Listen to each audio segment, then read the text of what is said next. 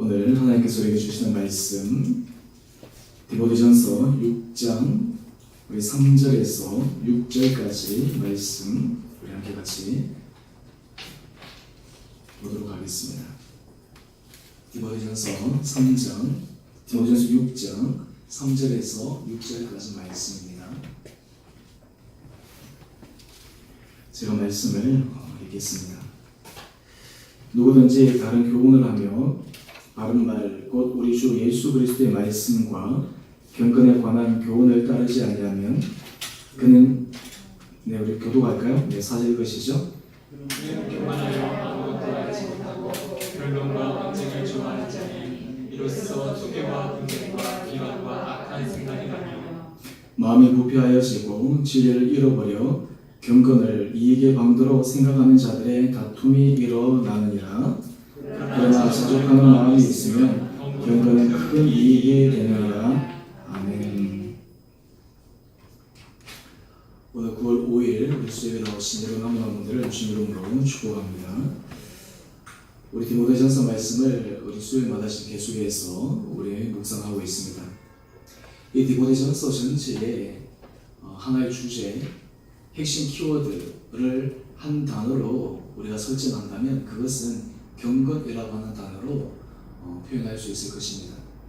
오늘 지금 이 디모데전서를 통해서 또 디모데후서를 통해서 이 사도 바울이 에베소 교회에 지금 목회를 하고 있는 디모데와 그 교인들이 하나님의 사람으로서 어떻게 하면 경건한 삶을 살아갈 수 있는가, 자기의 자유와 자기의 직책과 또 그리고 하나님의 말씀에 대한 태도들에 대해서 이 경건에 대해서 이야기를 합니다. 이 경건이라고 하는 것은 사실 우리들의 입술로 참 많이 고백할 뿐만 아니라 우리들도 경건 그러면 머릿속에 떠오르는 이미지가 있을 것입니다. 여러분들이 생각할 때 경건 그러면 어떤 이미지가 떠오릅니까? 일단은 예배를 드리는 그런 모습이 떠오르죠. 또 그리고 하나님 앞에서 여러 가지 기도라든지 찬양이라든지 신앙생활 이런 것들이 떠오르죠. 이번 2018년 우리 하반기 구역 성경 공부를 제가 우리 너무나 평상시는 알고 있지만 다시 한번 우리의 삶을 한번 점검해 볼 수 있는 그런 베이직과 같은 그런 주제들을 가지고 함께 공부하려고 생각을 하고 있는데요. 오늘 우리가 가만히 생각해 보면 우리 신앙생활 가운데서 우리가 정말 하나님 앞에서 경건한 삶을 살아간다 라고 했을 때 도대체 이 경건한 삶을 어떻게 정의해야 될 것인가. 오늘 이 경건한 삶에 대해서 여러 가지 정의할 수 있지만 이것을 보다 쉽게 이렇게 정의할 수 있을 것입니다. 경건한 삶이라는 것은 하나님의 거룩한 성품을 닮아가는 것입니다. 다른 말로 하면 예수 그리스도의 거룩한 성품을 닮아가는 것이 바로 경건의 삶이다 라고 하는 것입니다. 그러면서 우리 안에 구원의 은혜를 베푸신 하나님에 대한 뜨거운 사랑과 하나님에 대한 헌신과 하나님에 대한 순종의 마음의 자세를 가리키는 것, 그것이 바로 이 경건의 핵심적인 내용입니다. 그래서 시편 기자는 시편 86편 2절에 이렇게 고백하고 있습니다. 나는 경건하오니 내 영혼을 보존하소서. 내 주 하나님이여 주를 의지하는 종을 구원하소서. 오늘 이 시편 기자는 하나님, 저는 경건한 삶을 살아가려고 하오니 제 영혼을 보존하여 주십시오. 나를 지켜주십시오. 우리가 이 세상을 살아갈 때 하나님의 도움의 손길, 하나님의 능력의 손길을 어떤 사람이 구체적으로 경험할 수 있습니까? 오늘 본문의 말씀에 의하면 경건한 사람입니다. 하나님께서 이 땅 가운데 은혜를 베푸실 때 선인과 악인에게 동일한 은혜를 베푸세요. 예를 들면 이 태양빛을 내릴 때 하나님께서 내 마음에 드는 사람에게는 내가 햇빛을 내리고 내 마음에 안 드는 사람에게는 내가 햇빛을 주지 않고, 비를 내릴 때 하나님의 마음에 맞는 사람에게는 주고 안 맞는 사람에게는 안 주고, 그런 것이 아니라 이 보편적인 은혜는 하나님을 믿는 사람이든 심지어 하나님을 대적하는 사람이라 할지라도 보편적인 하나님의 은혜가 있습니다. 그런데 하나님의 특별한 은혜, 하나님의 특별한 섭리, 하나님의 특별한 인도하심은 누가 경험할 수 있냐면 하나님을 온전히 의지하고 신뢰하는 경건한 사람들만이 누릴 수 있는 특권입니다. 오늘 그러면서 이 시편 기자가 얘기하기를, 하나님, 나는 경건한 삶을 살아가기를 원하니까 내 영혼을 보존하여 주십시오. 그러면서 내 주 하나님이여 주를 의지하는 종을 구원하여 주십시오. 사실 오늘 우리가 인생을 살아가면서 우리가 경건한 삶을 살아가야 되는 이유가 바로 오늘 시편 기자의 이 고백과 같이 맞닿아져 있을 것입니다.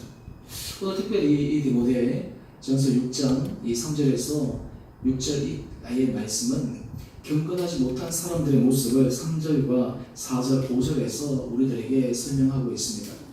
이 사람들은 자신의 이익과 심지어는 경건을 자기 이익을 따라서 사용함으로 말미암아서 자기 안에 다툼이 일어나고 사람들 사이의 투교와 분쟁 이런 것들로 말미암아 어떤 경건의 힘, 어떤 경건의 능력이 없이 그냥 여러 가지 허상으로 말미암아 심각한 문제를 일으키는 사람들에 반해서 오늘 이 경건한 삶을 살아가는 사람들에게 있어서 또 하나 삶에 있어서 하나의 귀중한 그러한 삶의 자세를 우리들에게 소개하고 있는데 바로 그것이 무엇이냐면 자족하는 마음에 대해서 이야기를 합니다. 오늘 우리 디모데전서 6장 6절 말씀을 우리 한번 보시죠. 디모데전서 6장 6절 말씀을 보면 오늘 이렇게 우리에게 고백합니다.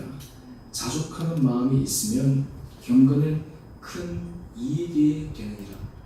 자족하는 마음이 있으면 경건은 큰 이익이 된다 라고 지금 디모데전서 6장 6절은 우리에게 말하고 있습니다. 우리가 흔히 이 경건한 삶이라고 하면 어떤 의미에서는 종교적인 삶으로만 우리가 규정할 수 있는데 실제로 이 경건한 삶은 우리의 일상의 삶들과 굉장한 밀접한 연관을 가지고 있습니다. 하나님이 우리를 지키신다, 하나님이 우리를 보호하신다, 하나님이 우리를 다스리신다 라고 하는 것을 우리가 믿음으로 고백하게 될 때 오늘 그 믿음을 고백하는 사람들이 가지고 있어야 될 그 마음의 중요한 자세가 바로 이 자족하는 마음이다 라고 하는 것입니다.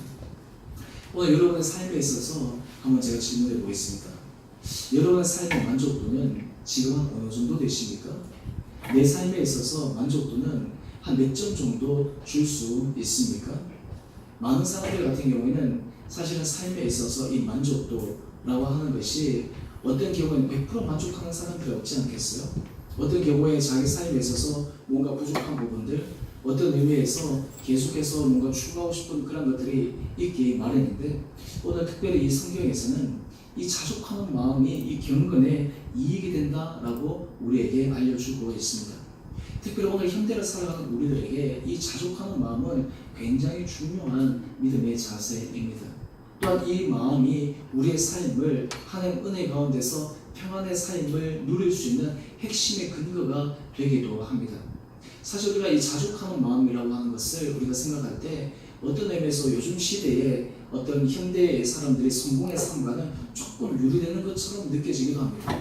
특히 우리 프로테스탄트 윤리, 이 프로테스탄스, 이 개신교의 이 특징은 위로 올라가는 신앙이지 않습니까? 하나님께서 우리에게 은혜를 주시면 이 땅 가운데 복을 누리고 우리가 삶에 있어서 이 땅 가운데서도 하나님께서 내세의 천국만 경험할 뿐만 아니라 이 땅 가운데서도 우리에게 허락하시는 풍성한 삶을 경험하기 위해서 계속해서 앞으로 나가고 진취되고 성장하는 것이 사실 이 개신교에 있어서 중요한 윤리 가운데 하나입니다. 어떤 의미에서 이 프로테스탄트 윤리가 이 자본주의의 어떤 그런 흐름, 기본 정신을 맞닿아 있어서 사실 이런 기본적인 정신을 제공하는 것이 어떤 의미에서 이 프로테스탄트의 어떤 기본적인 정신이기도 합니다. 그런데 오늘 우리가 신앙을 가만히 들여다보게 되면 우리 자신의 모습을 우리가 깊게 우리가 성찰하게 되면 이러한 삶의 중요한 부분이 있음에도 불구하고 우리가 가져야 될 기본적인 마음이 필요하다라고 하는 거예요. 여러분, 사람이 삶 가운데서 많은 소유를 가진다고 해서 그 사람이 만약에 행복해지고 그 사람의 평안이 찾아오고 그 사람의 삶이 그냥 모든 것을 그냥 부러워할 것 없이 만족한 삶으로 살아갈 수 있느냐? 결국 그렇지 않잖아요. 우리가 인생을 살아가면서 경험해본 바로는 우리가 소유하면 소유할수록 더 많은 소유에 대한 욕구가 생기고 또한 우리가 소유하고 있는 그 가운데서 우리가 익숙해지기 시작하면 또 우리가 없는 부분에 대해서 우리가 힘들어가고 그러면서 계속해서 그것으로 인해서 다람쥐 쳇바퀴 돌아가듯이 우리 마음이 그냥 힘들어하면서 가는 것이 오늘 우리 현대인들의 한 모습들이지 않습니까? 오늘 그 가운데서 정말 하나님 앞에서 경건이라고 하는 사람, 경건의 삶을 추구하는 사람들은 이 자족의 마음을 어떻게 가지고 어떻게 하는 것이 참 필요한가라고 하는 것을 오늘 우리가 말씀을 통해서 몇 가지 살펴보기를 원합니다. 오늘 잠언 30장 8절 9절을 보면 이 아굴의 잠언이라고 소개된 이 잠언 30장 말씀은 우리들에게 굉장히 도전적인 그런 말씀을 주고 있습니다. 이 말씀의 내용이 이러합니다. 하나님, 나를 가난하게도 마옵시고 부하게도 마옵시고 오직 필요한 양식으로 나를 먹이시옵소서. 여러분, 우리 주기도문 할 때마다 항상 하는 것 가운데 하나는 뭐예요? 오늘 우리에게 일용할 양식을 주옵시고, 오늘 우리에게 필요한 양식을 날마다 하나님께서 허락하여 주시고 우리가 고백하고 간구하는 것이 우리 주기도문 가운데 중요한 하나의 요청 가운데 하나인데요. 오늘 이 잠언의 이 아고레의 이 모습을 이렇게 얘기합니다. 우리가 예를 들어서 가난하게 하고 부하게 되고 이 두 가지 모습 가운데 이런 누가 있다라고 하는 거예요. 만약에 너무 부를 이게 추구하게 돼서 내가 배불러서 어느 순간에 하나님을 모른다. 여호와가 누구냐 할까 하고, 여러분 인생에 있어서 성공이라고 하는 것은 하나님께서 우리에게 주신 놀라운 선물입니다. 그런데 그것이 하나님 가운데 축복이 되기 위해서는 그것을 통해 우리가 하나님으로부터 멀어지는 것이 아니라 하나님으로부터 더 가까워지는 계기가 되는 것이 그것이 축복이에요. 하나님께서 이 땅 가운데서 우리에게 은혜 복을 주는 것은 그것으로 말미암아 사람들이 하나님으로 떠나는 것이 아니라 오히려 그것을 통해서 하나님 앞에서 더 한 걸음 나가기를 원하는 것이 하나님께서 우리에게 원하시는 그 하나님의 복의 핵심적인 내용이다라고 하는 거예요. 또 반대로 만약에 너무 가난하게 되면 어떻게 됩니까? 도둑질하고. 사실 여러분, 우리가 삶 가운데서 정말 정말 자기가 절대 어떤 기준으로 이하의 어떤 그런 비핍함을 갖게 되면 사람의 인간성이 파괴되잖아요. 인생이라는 것이 파괴되잖아요. 우리가 성경에도 보면 그런 장면들을 종종 보는데, 사람이 굶주리다 보면 심지어는 자기 자식까지도 삶아먹는 그런 얘기가 이 성경에도 나오는 것처럼, 이 사람이 정말 극단적인 상황에 몰리게 되면 윤리라든지 양심이라든지 이런 것들도 이게 저버리게 되는 그런 상황이 있게 마련이잖아요. 오늘 지금 이 아굴의 장반에서 얘기하는 것이 무엇이냐면, 내가 너무 극단적으로 구해가지고 내가 이 세상에서 하나님의 도움이 필요 없이 나는 뭐 잘 살 수 있습니다 라고 생각하는 그런 지경까지도 가기 말게 하시고, 또 반대로 너무 없어가지고 너무 힘들어가지고 내가 정말 이 도둑질하고 심지어는 하나님 이름을 욕되게 하는 그런 삶을 살아가지 않도록 해달라 라고 하는 것이 이 아굴의 잠언의 고백이에요. 그러면 자족이라고 하는 것은 어떤 것일까요? 자족이라고 하는 것은 이 양극단을 벗어나 하나님께서 우리에게 주신 그 일용할 양식에 있음에 대해서 감사할 수 있는 사람입니다. 오늘 우리가 사실 가만히 보게 되면 왜 이런 자족의 마음을 가져야 되는가? 오늘 디모데전서 6장 6절 7절 말씀을 이어서 가만히 보게 7절 말씀을 보게 되면 이렇게 고백하고 있습니다. 우리가 세상에 아무것도 가지고 온 것이 없으며 또한 아무것도 가지고 가지 못하리니 우리가 먹을 것과 입을 것이 있은즉 족한 줄로 알 것이니라. 오늘 지금 사도 바울은 놀라운 것을 제시하고 있어요. 만약 우리가 삶을 살아갈 때 우리가 하루하루 먹을 그런 양식이 있다면, 우리가 기거할 집이 있다면, 또한 그리고 우리가 입을 것이 있다면 어떤 의미에서 그 자체로 하나님 앞에서 자족하는 마음을 가질 필요가 있다고 하는 거예요.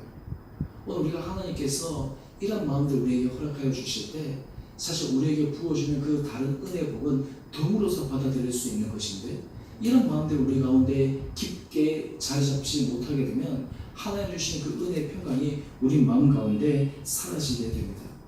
그래서 빌립보서 4장 12절을 보면 사도 바울이 이런 놀라운 고백을 합니다. 우리 빌립보서 4장 12절 말씀 우리 다 같이 한 목소리로 한번 읽어볼까요? 시작. 나는 비천에 처할 줄도 알고 풍부에 처할 줄도 알아. 모든 일 곧 배부름과 배고픔과 풍부와 궁핍에도 처할 줄 아는 일체의 비결을 배웠노라. 오늘 사도 바울은 자기가 하나의 비결을 배웠는데 그것이 무엇이냐면, 비천에 처할 줄도 알고 풍부에 처할 줄도 알아서 배부름과 배고픔 그리고 풍부와 궁핍, 이 가운데서도 일체의 비결을 배웠다는 거예요. 이 일체의 비결이 무엇일까요? 자족의 마음이에요. 그러면서 사도 바울이 이렇게 고백합니다. 이것을 누가 할 수 있느냐? 우리는 그렇잖아요. 내가 풍족한 가운데 있을 때는 내가 자족할 수 있지만, 내가 만약에 빈핍한 가운데 있을 때 내가 자족할 수 있겠나? 내가 배부를 때는 그 가운데서 내가 만족할 수 있지만 혹시 내가 이 배고픈 가운데 있을 때 그 가운데서 내가 자족할 수 있겠나? 그런데 사도 바울이 빌립보서 4장 13절에서 그는 이렇게 고백을 하고 있습니다. 내게 능력 주시는 자 안에서 내가 모든 것을 할 수 있느니라. 여러분, 우리가 인생을 살아가면서 하나님께서 우리 각자에게 주신 자기의 은혜의 분량, 자기의 축복의 분량, 그것을 우리가 되새기면서 참 하나님 감사합니다. 하나님 참 제게 이런 것을 허락하여 주셔서 너무너무 고맙습니다. 이런 것들이 우리 가운데 이 자족의 마음의 출발점이 되리라 믿습니다. 오늘 우리가 하나님 앞에서 자족하는 마음을 갖게 되면 우리 안에는 하나님에 대해서 감사의 고백이 일어나게 됩니다. 우리 안에 하나님을 향해서 정말 우리 가운데 정말 하나님 어떻게 나에게 이런 은혜를 베풀어 주십니까? 라고 하는 사소한 것 하나에서부터 하나님 앞에 은혜 고백을 올려드릴 수 있는 마음이 됩니다. 여러분, 우리 신앙생활이라고 하는 것은 어떻게 보면 거창한 것이 아닙니다.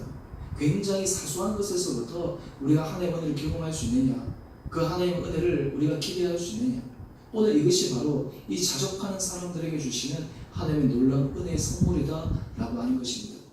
요즘 여러분의 삶 가운데 어떤 것이 여러분들을 힘들게 하십니까? 제가 주일 설교를 하면서 스트레스 아웃이라고 하는 제목으로 제가 말씀을 나누었는데요. 요즘 여러분의 삶 가운데 어떤 일들이 가장 큰 스트레스입니까? 어떤 일들이 여러분의 마음을 괴롭힙니까? 여러분의 마음을 혼란케 합니까? 여러분의 마음속에 하나님 주신 그 기쁨을 빼앗아갑니까? 여러분 마음속에 하나님 앞에 고백해야 될 그 감사의 그 고백들이 사라지게 만듭니까? 다 모든 것이 스트레스의 여러 가지 요인들이 있는데 이 스트레스의 요인들 가운데 우리가 가만히 들여다보면 하나님께서 내게 베풀어 주신 그 은혜에 대해서 내가 진정한 자족의 마음을 가지고 있으면, 내가 바로 그런 마음의 자세를 가지고 있으면 하나님께서 어떤 많은 부분에서 스트레스가 우리 가운데서 하나하나 물러갈 수 있는 그런 은혜를 우리가 경험할 수 있으리라 저는 확신합니다. 여러분, 경건의 사람이라고 하는 것은 단지 주일 한 번 와서 예배드리고 신앙적인 어떤 생활만 하는 사람을 경건의 사람이라고 얘기하지 않습니다. 경건의 사람은 삶 가운데서 자기의 자리에서 자족하는 그러한 은혜를 가지고 있는 사람입니다. 이 자족하는 마음을 갖고 있다고 해가지고 자기 삶에서 안주하거나 자기 삶에서 그냥 그대로 축 처져 있는 것을 의미하는 것이 아니라 그 가운데 주신 하나님의 하나하나 부분에 대해서 있는 그대로를 감사함으로 받아 누릴 수 있는 그 마음의 자세가 바로 이 자족의 마음이다 라고 하는 거예요. 요즘 우리가 삶을 살아가면서 제일 힘든 게 어떤 것입니까? 바로 이 상대적 박탈감. 이 상대적 박탈감이 참 힘들어요. 예를 들어서 절대적인 기준에 의하면 우리가 참 예전에 비해서 얼마나 우리가 참 살기 좋아졌습니까? 여러분 삶을 한번 생각해 보세요. 여러분 20년 전, 30년 전 내 모습과 지금 여러분의 삶을 한번 비교해 보세요. 저는 어릴 때 한 번씩 생각하면서 제 은석이 이렇게 한테 이런 얘기를 합니다. 야, 은석, 너 나이 때 아빠는 이런 차를 타본 적도 없어. 우리 초등학교 때 이 차 있는 집은 한 반에 60명 중에 한 명밖에 없어서 내도 기억하는데 초등학교 1학년에 들어갔는데 그때 이 60명이 있는데 반에서 선생님이 조사를 하잖아요. 조사하는 내용을 보면 집에 TV 있는 사람, 그것도 칼라 TV 뭐 이런 것도 점검하고 어떤 경우는 전화기 있는 거 이런 것도 점검하고 그런데 이제 막 그걸 갖다가 적어내면 되는데 그때는 공개적으로 손들라고 해가지고 막 숫자하고 막 그랬었잖아요. 근데 지금 생각하면 절대 참 그렇게 하면 안 될 것 같은데 뭐 그래도 그 아이들 그때는 상처받고 이런 경우가 없었어요. 왜 그러냐면 대부분 없었으니까. 그래가지고 차 있는 사람 그랬는데 60명 중에 딱 한 명 손들더라고요. 그 당시에 폰이 알죠? 폰이 자동차. 근데 그 친구가 이제 여자애인데 그 이제 진열장 하는 친구예요. 아버지가. 근데 이제 그 친구 집에 생일잔치에 초대받아서 갔죠. 근데 그 당시에 요즘은 우리가 집에 비디오가 다 있잖아. 근데 자기 집에 비디오가 다 있고, 그 다음에 이제 아이들 동화 보는 그 뭐 CD로 비슷한 거 있잖아요. 비디오 테이프 낸달된 거, 그걸 다 틀어서 보여주더라고요. 그때 완전히 백천지였죠, 신천지였죠. 야, 이런 세계가 있구나. 그런데 그것 떠나가지고 다른 친구들이 스트레스 받는 경우가 없었어요. 집에 돌아와서 부모님한테 왜 우리 집에는 저거 없냐, 사달라. 뭐 제 안에 뭐 그런 마음도 없었고 보니까 특별한 한 사람이었고 나머지 대부분은 다 없었으니까. 근데 이제 요즘 시대에는 우리가 그때에 비하면 진짜 달라졌잖아요. 제가 미국 가서 보니까 미국 사람들은 우리보다 더 이 풍족한 삶을 산 지가 오래됐잖아요. 자동차도 한 100년 전부터. 보스턴에 가서 제가 놀랐던 게 이 지하철, 소위 말해서 이제 지하철 T라고 하는데 이게 언제 건축됐냐 보니까 1907년. 그래서 제가 깜짝 놀란 게 아니 1907년 그 당시에 우리나라는 어떤 시대예요? 그냥 걸어다니고 뭐 심지어 말 타고 이런 시대인데 그 당시에 그 보스턴의 이게 중심가에 보면 이 빅토리안 건물로 쫙 이렇게 건물이 세워져 있었어. 그래서 요즘 보면 우리가 재건축하는 아파트를 막 40년 되기도 하고 하면 재건축돼야 된다고 그랬잖아. 우리가 처음 미국 가서 아파트 살았는데 그 아파트가 100년 된 아파트야. 그 100년 된 아파트 살다가 1년 후에 이제 또 이사를 가고 또 그리고 이제 은석이 태어나서 또 이사를 가는데 이 중개하는 사람이 그러더라고. 이번 아파트 새 아파트라고. 몇 년 됐습니까? 그랬더니 40년 된 아파트라고. 근데 뭐 그 100년 된 아파트에 비하면 아주 괜찮죠. 그게 하여튼 뭐 외관 이걸 갖다 중요하게 생각하는 리모델링 하면서 합니다. 나무들 다 돼가지고 전부 다 삐그덕삐그덕거리고요. 엘리베이터, 여러분 영화에서 볼 법한 그 창문 닫고 열는 그 엘리베이터 있죠? 그런 엘리베이터 타고 올라가는 거예요. 그 안에 그 아파트 안에 보면 여러분 요즘 한국에 쥐 있는 사람들 있습니까? 없죠. 보스턴에 갔더니 이 마이스라 그래가지고 요런 쥐들이 막 집에 돌아다녀요. 조그만 구멍만 있어도 쥐들이 막 돌아다녀. 근데 제가 처음 봤을 때 막 깜짝 놀라고 우리 아내도 그것 때문에 스트레스 받아가지고 1년 만에 이사했는데 거기에 사는 친구들은 마이스 나오는 걸 아무것도 생각하지 않더라고요. 심지어 여자 또 나왔구나 이러면서 찍찍이 해놓고 다 있으면 그거 보러가지고 뭐 변기에 집어넣기도 하고 이렇게 하기도 하는데 그런데 그 친구들은 그런 오랫동안 이제 삶을 살다 보니까 이 삶에 있어서 자기 안에 어떤 누리는 그런 삶, 우리가 영어로 얘기하면 enjoy라고 하는 것이 있는데요. 어떤 의미에서 참 아마 이 오랜 어떤 그런 풍요의 삶이 그들에게 주어진 하나의 특징인 것 같아요. 아동바동하는 것이 아니라 누리는 삶을 살아가는 거죠. 은세가 태어날 때 우리가 보통 태어나면 이제 그 아이를 밖으로 내보낼 때 그냥 가기도 하잖아요. 근데 미국은 다 차가 있으니까. 그래서 애를 나가기 전에 뭐라 하냐면 카시스에 가져오라고요. 그래서 이 카시스에 아이를 딱 앉혀가지고 데려가야지 보내줘요. 그렇지 않으면 못 보내줘요. 안고 가겠다. 이건 상상할 수 없는 이야기죠. 한마디로 해서 이 오랜 세월 동안에 그런 문화나 이런 것들이 그냥 익숙해진 문화가 되어져 버린 것이죠. 오늘 우리가 그런 것들을 생각해 보면 제가 한국 와서 또 한국의 문화를 생각해 보면 100년 전에 우리나라와 미국은 상상도 못했잖아요. 그래서 많은 사람들이 미국이라는 유럽이라는 이런 데 가서 막 좋아하는데 요즘은 일부러 미국에 있는 사람들이 한국에서 돌아오고 싶은 사람들이 참 많습니다. 나이가 들면 들수록 외로워가지고요. 한국에 들어오면 더 좋거든요. 뭐 있을 거 다 있죠. 단지 차이 나는 거는 자연환경 이런 것들 외에는 나머지는 편리한 게 한국이 더 좋으니까. 그런데 불과 몇십 년 사이에 이 간격이 확 좁혀져가지고 엄청나게 우리가 지금 잘 살게 됐어요. 사실 보면 하나님 크신 은혜를 받았어요. 그런데 여러분의 3, 40년 전의 삶과 요즘의 삶의 모습을 한번 비교해 보십시오. 여러분 그때 행복했습니까? 지금과 비교했을 때 그때는 정말 경제적으로 얘기하면 사회적으로 생각하면 어떤 의미에서 그냥 막 너무나 힘들어서 이렇게 살아가는데 그 당시에 운치가 있었고 행복이 있었고 그 당시에도 즐거움과 만족감이 있었어요. 근데 그에 비할 수 없는 많은 것들이 오늘날 우리에게 주어졌는데 진짜 오늘 우리들에게는 그런 마음의 여유가 있는가? 그런 마음의 평안이 있는가? 그런 마음의 기쁨과 감사가 있는가? 점점 우리 안에 이 여유가 사라지잖아요. 우리가 만약 조급한 마음, 쫓기는 마음, 뭔가 해도 뭔가 이렇게 우리 마음이 불안한 마음, 이것이 왜 그럴까요? 우리 안에 이 자족의 마음이 사라지기 때문에 그렇습니다. 사실 이 자족의 마음은 우리가 신앙생활, 경건의 삶에서도 중요한 거지만 일반 신앙에 없는 사람들, 믿지 않는 사람들, 자기 삶에 대해서 그냥 스스로에 대해서 만족하고 스스로에 대해서 있는 것에 대해서 감사하며 살아가는 그 사람은 행복한 삶을 살아가는 거예요. 다른 말로 하면 자기의 삶을 즐기는 거죠. 자기의 삶을 누리는 것이죠. 오늘 우리가 신앙생활을 할 때 하나님께서 이런 은혜를 저와 여러분에게 허락해 주시기를 원합니다. 요즘 우리 한국 사람들은 특별히 어떤 것이 강하냐면 우리는 경쟁 심리가 강하잖아요. 그죠? 우리 자체가 잘 되는 것이 아니라 경쟁 가운데서 내가 저 사람보다 앞서느냐, 내가 저 사람보다 이기냐, 이게 더 중요하잖아요. 우리 아이 분명히 똑똑하고 우리 아이 괜찮고 우리 아이 여러 가지 참 좋은데 옆에 있는 다른 집 아이하고 딱 비교하면 갑자기 그냥 우리 아이에 대해서 부족한 것들이 막 보이면서 마음이 힘들어지잖아요. 또 우리가 삶을 살아보면 괜찮은데 여러 가지 비교를 통해서 막 괴롭잖아요.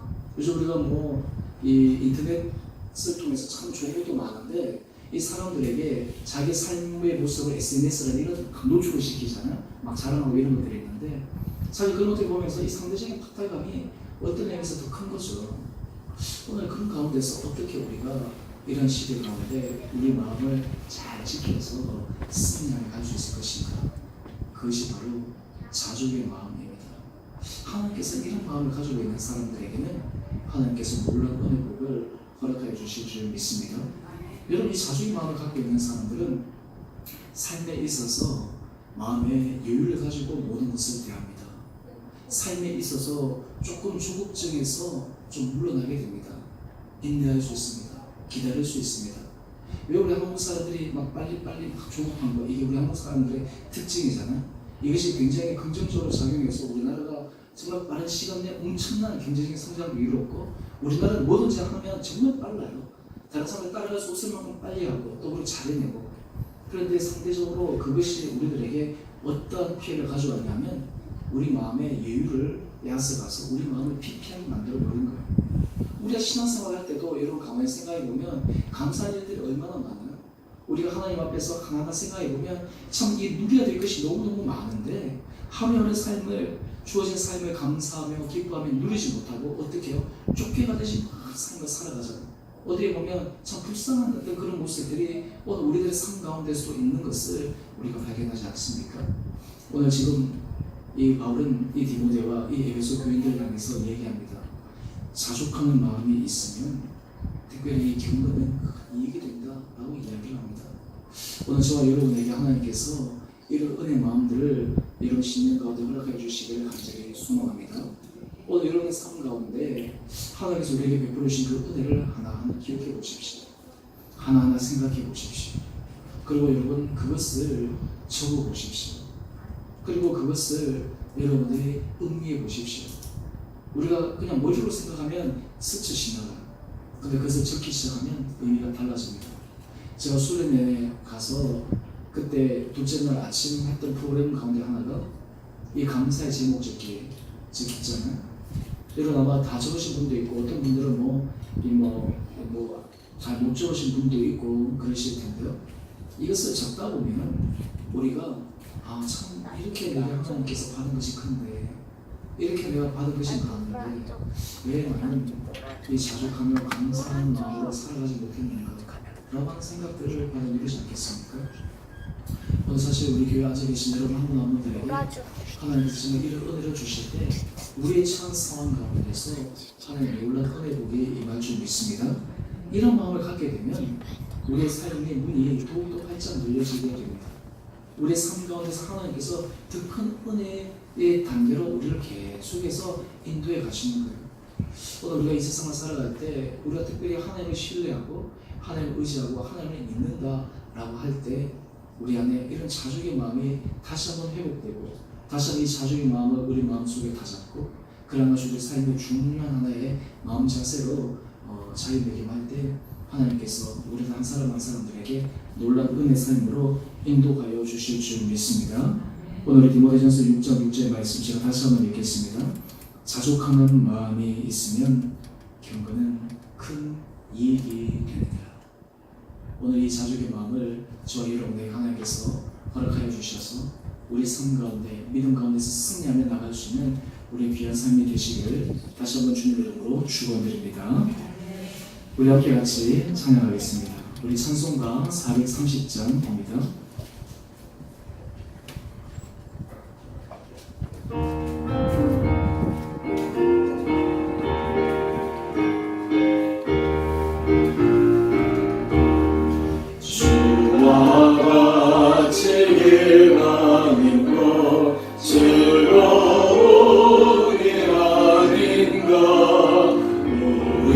주님 걸어가실 발자취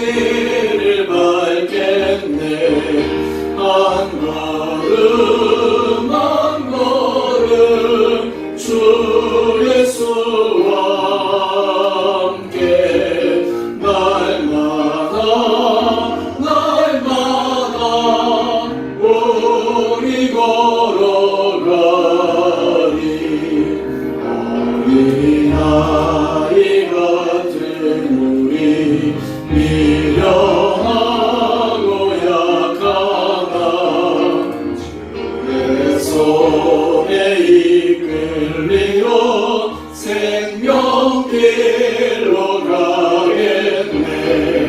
한 걸음 한 걸음 주 예수와 함께 날마다 우리 걸어가리.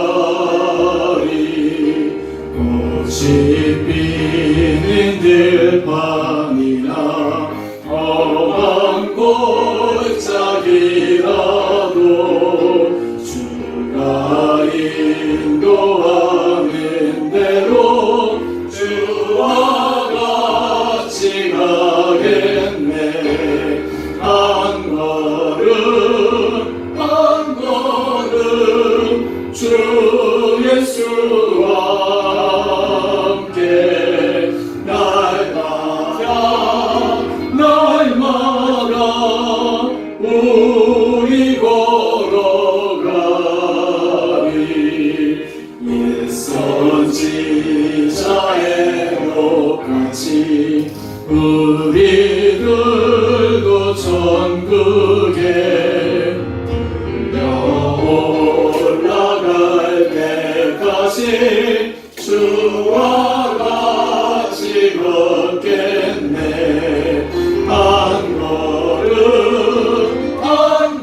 걸음 주 예수와 함께 날마다 우리 걸어가리.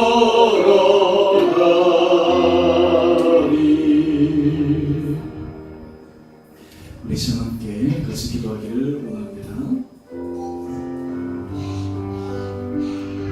오늘 우리들의 삶에 우리는 정말 자족하는 마음으로 살아가고 있습니까?